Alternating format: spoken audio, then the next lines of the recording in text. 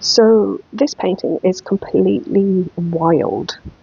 Um, it was one of those where I started with 3 columns, or 3 or more columns of different colours, and then started painting over the columns with pens until something emerges. And I didn't set any particular intention or username or anything like that. And I realised that probably is a bit of a mistake, because it's sort of allowing the potential for literally everything to happen and come through at the same time, which is quite a painful process as an artist. Sort of those feelings when you're like, this is never going to come to anything, I can't see what's happening here, I don't understand what the bigger message is, and it can be really painful. So yeah, I don't think I'll be rushing to do that again. But in the end, I was happy with this piece, and some of the things that come through, and the idea that it doesn't have to be one thing, it can be all things at the same time. So in the middle, there's a central figure of either a queen or a goddess figure, sort of with a crown on, and then she's got this heart that looks a bit like what I think this is a shell up here. So I guess that would represent Venus.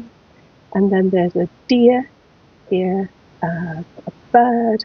So this is all sort of inside her, that's like her energy. Next to her is what looks, I think, a bit like an urn, but it's also got eyes there. So the urn perhaps being an extension of her womb, and this idea of the womb being also like a cauldron, so it's got all this fiery energy in it. And then there's this sort of being next to her that's got little wings. I wouldn't know what to call that, so I'll just call it a being for now. On top of the urn is this sort of creature that's almost like dancing with a tail. And sort of the funny thing is, there's so much in it that you're trying to pick it out. This bird sort of emerging from fire and here, so I guess there's the phoenix idea again. And what else do I want to talk about? I'll just write down in the bottom, almost like a signature. This bird appears quite a few times in my painting.